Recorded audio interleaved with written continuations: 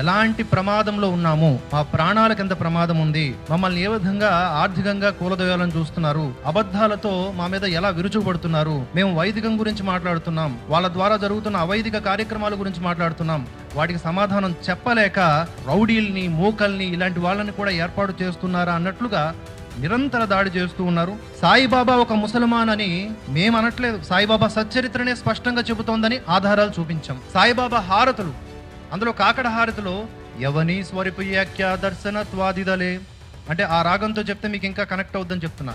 సంశయ నిరసనయ తద్వైత ఘాలవిలే గోపీ చందా మందాత్వాంచి ఉద్ధరిలే మోమిన వంశీ జన్ముని లోకాతార్యలే అని జయదేవ జయదేవ దత్త అవధూత అనేస్తారు. అంటే వాళ్ళు అనేసరికాడు మనం నమ్మాలి. మోమిన వంశీ జన్ముని అంటే అర్థం ఏమిటి? మరాఠీలో మోమిన వంశీ అంటే ముస్లిమానికి సంబంధించినటువంటి వంశం అని. అక్కడ ప్రతి పదార్థం కూడా ఇది షిరిడీ సాయి అఫీషియల్ వెబ్సైట్స్ నుంచి సేకరించినటువంటి సమాచారమే, మేమేం సొంత రచనలు కావు.